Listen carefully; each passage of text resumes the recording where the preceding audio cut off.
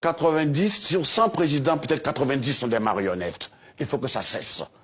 Il faut que les présidents qui ont été élus, choisis par le peuple, prennent les devants et qu'ils ne suivent pas le mimétisme coupable et complice des marionnettes qui siègent à l'Union africaine.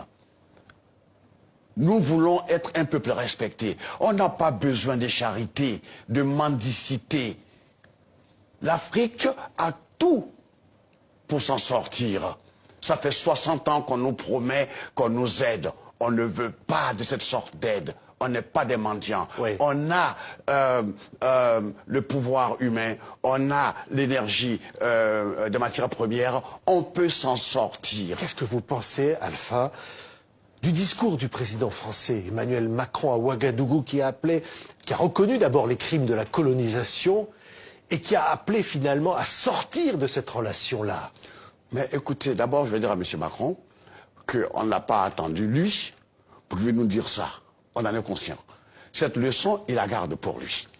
Vu après comment il s'est comporté avec le président Kaboré, il fallait que son protocole, son chef de protocole, lui dise qu'un jeune comme lui n'a pas le droit de tapoter sur la joue un président, un aîné, qui pourrait être son père. C'est très important. Ok, c'est maladroit, mais je lui accorde des circonstances atténuantes. C'est la faute à son protocole. Mais lui qui parle qu'il faut qu'on change, c'est une nouvelle façon de voir. C'est pas la France-Afrique. Il veut rompre finalement avec la France-Afrique. Mais c'est pas en tapotant l'autre sur la joue qu'on rompt. C'est une façon de l'infantiliser. Et c'est mal élevé. Oui. Ok? Mais reconnaître les crimes de la colonisation comme il l'a fait, ça va sur le bon chemin? Ce que je voudrais, c'est que les Africains aujourd'hui sont conscients. Moi, ce que je voudrais dire, que tous les jeunes Africains qui sont dans les grandes universités, qui voient comme ça nos chefs d'État patauger, qu'ils prennent l'exemple d'un pays que je connais, la Côte d'Ivoire, qu'ils fassent entrer des jeunes forces, des jeunes énergies, des cerveaux qui sont ici en Europe, aux États-Unis, en Angleterre, en Allemagne, pour que ceux-là derrière puissent donner des conseils et aider nos présidents à avoir un peu de dignité. Oui, mais qu'est-ce qu'ils peuvent faire ces jeunes? Ces jeunes, on dit. Comment l'avenir leur appartient parce que comment on ne laissera pas. Écoutez, j'ai la chance de connaître quelques jeunes dans l'équipe de M. Ouattara. Ils sont brillants. Ils sont polytechniciens. Il y en a plein comme ça. Il y a des Béninois, il y a des Togolais, il y a des Congolais, il y a des Camerounais, il y a des Sénégalais. Tous ceux-là doivent venir à la rescousse. Ils ne peuvent rien apporter ici en Europe. Mais en Afrique, on a besoin d'eux.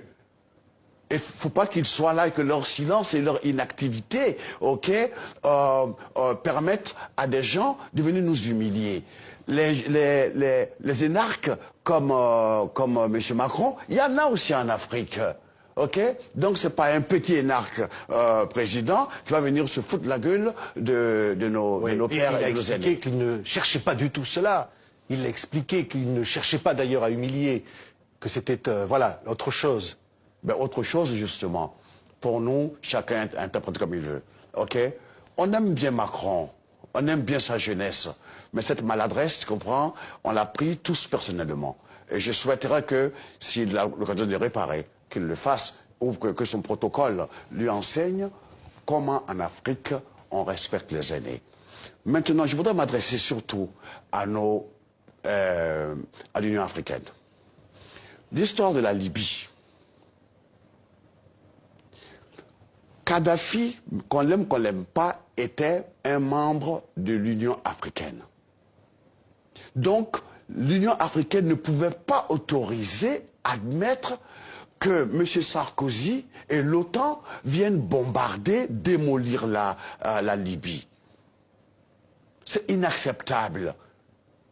Il faut, à partir de maintenant, qu'ils sachent tous que s'ils ne font pas une unité véritable, quand je dis d'unité, je parle d'unité militaire, pour que la grande armée africaine, de l'Union africaine, soit cette armée qui va régler les problèmes africano-africains. Et que ce n'est pas la France qui va envoyer des soldats au Mali ou en Centrafrique.